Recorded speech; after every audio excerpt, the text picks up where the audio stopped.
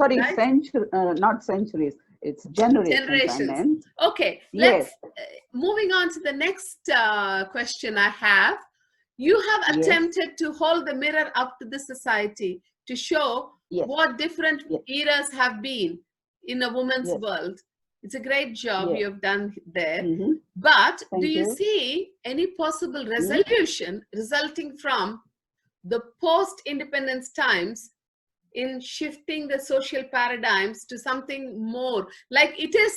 You're touching upon my question in your answer to my previous question, how the social paradigms and perspectives are slowly going to shift back, perhaps not to where it started, but closer towards. Could you say something more about this? Well, I feel the British, when they did knowingly and unknowingly what they did, the contamination of the brains of the natives.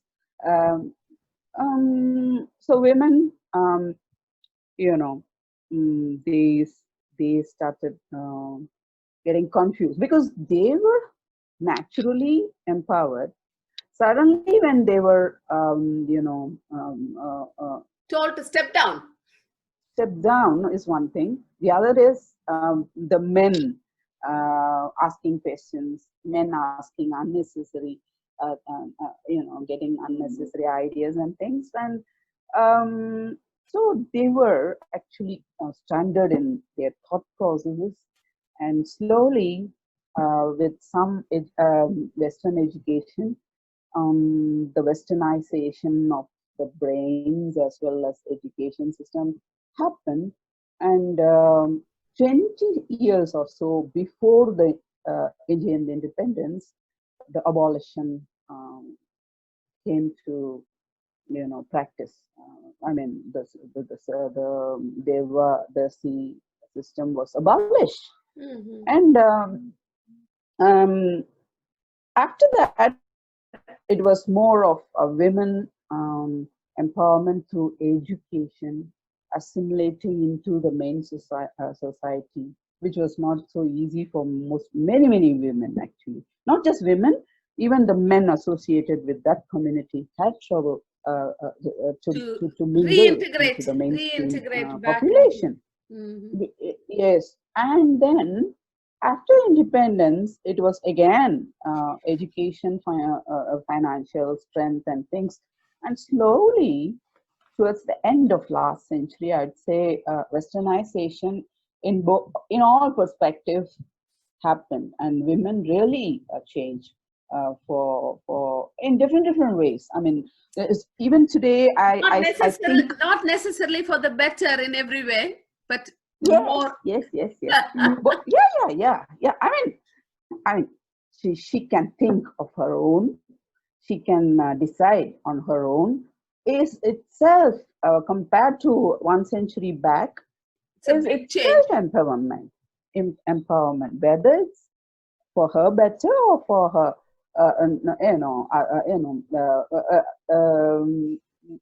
we have a it's all subjective. That's what I would say. Mm-hmm. And so, yes. What do you think can feed into this blossoming of the social revolution? There is a revolution afoot. Okay. Sorry about this. I'm getting a call. Let me.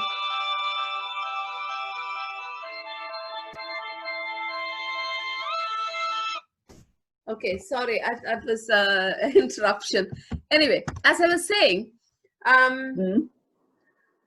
there is a social revolution afoot. Something is happening in India. Girls are waking up. They're changing their way of being and social thought. What if there is one thing from your misplaced heads that you would like to feed into this social change of thinking? What would it be? I think it's too idealistic to talk like that, because what we are talking about is a system that existed a millennium and 2 centuries of about 7 or 8 8 generations of you know, change of direction because of the colonial people.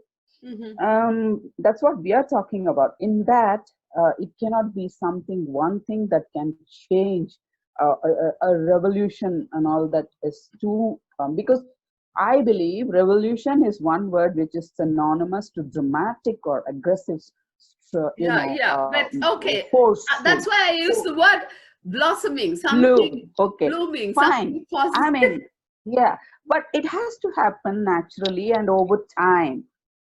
If you know, the worst thing that the worst thing that was you know, unexpectedly that I attribute to abolition of the Devadasis is it was too short a period that they did the abolition. Yeah. It should have been for 4 or 5 decades in phases. If it had happened, then the implications or the after effects would have been better, far better. People wouldn't have been stranded the way they were. And similarly, if we were to say something that can happen fast, or then it's going to have its side effects, after effects, just the way abolition created. But then again, rhetorically, I'm talking like British came, British did that. I must mention here, there was one more abolition that we cannot deny did good to the Indian women. Yeah. Exactly a century before this abolition was the abolition of sati. Yeah. Those spearheaded by Rajaram Mohan Roy, the Britishers did the law, and that was a good one, and that because was because women did not choose. Women. Yeah, women were forced to do the sati. redeemed. That's a good thing. Yes. So we can't simply keep on saying they did this, they did that. This was also one thing we have to admit that happened. Although they didn't do it, they created the law and implemented.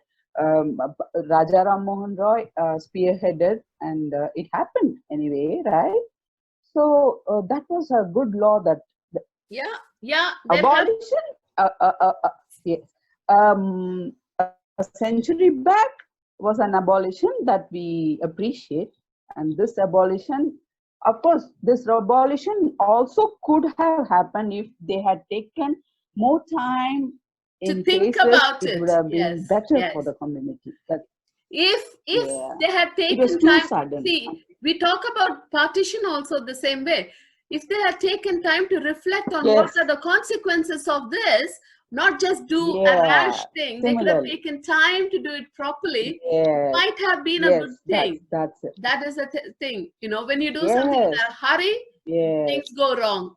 And okay, you touch upon many issues that to deal with the woman's sanctum sanctorum, the huge spectrum of emotions of a woman, that is from the biological, physiological, psychological, emotional, and it's very uniquely feminine. Many of the things you touch upon are very uniquely feminine, and you span about topics from body consciousness, feeling of self-worth, self-deprecation, some menstrual challenges, skilled intelligence, and coexisting with other people, like, you know, emotional insecurity, but you coexist anyway. How did all these topics impact you in your personal experiences?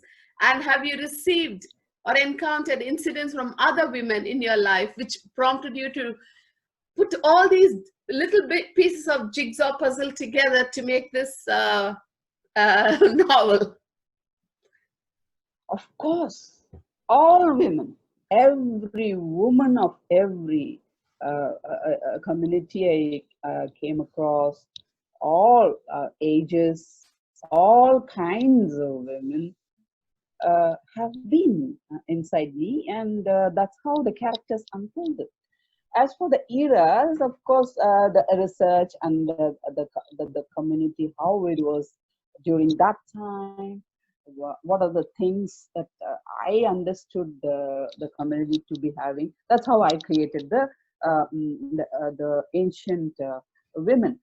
But the contemporary women, of course, I've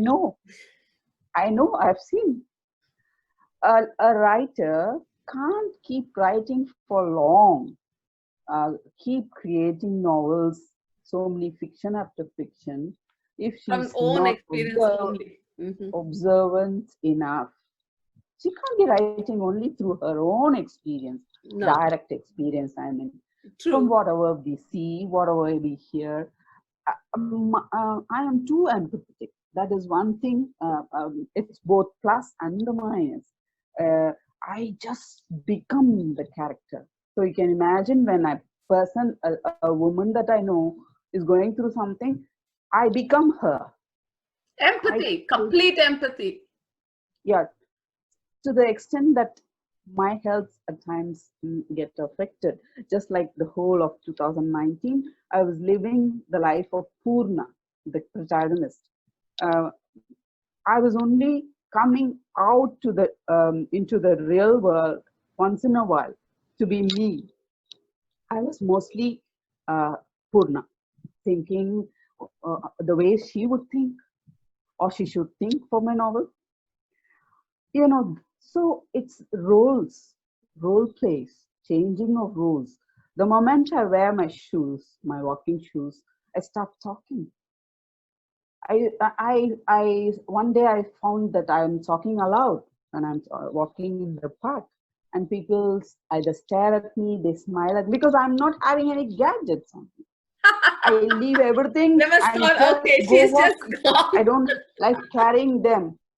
So obviously they think, what is she talking to herself? She's a bit. But I got used to it, and they got used to me. What I've been driving at is, I was only living the life of the protagonist the whole of 2019, and if I could do that, of course I will be able to get inspirations for my characters in my life also. And regarding the feminine aspect of the novel, you asked me. Well, the system that I chose to write about is all about women. So obviously they had all women characters. But the contemporary, complementing contemporary threads also had women characters. Yeah. That was not too planned, but it happened. And because the topic lend itself to that. Yes, yeah. And then since they were all women, it naturally happened that the thought processes were all to do with feminine issues, feminine psychology, feminine physiology. And they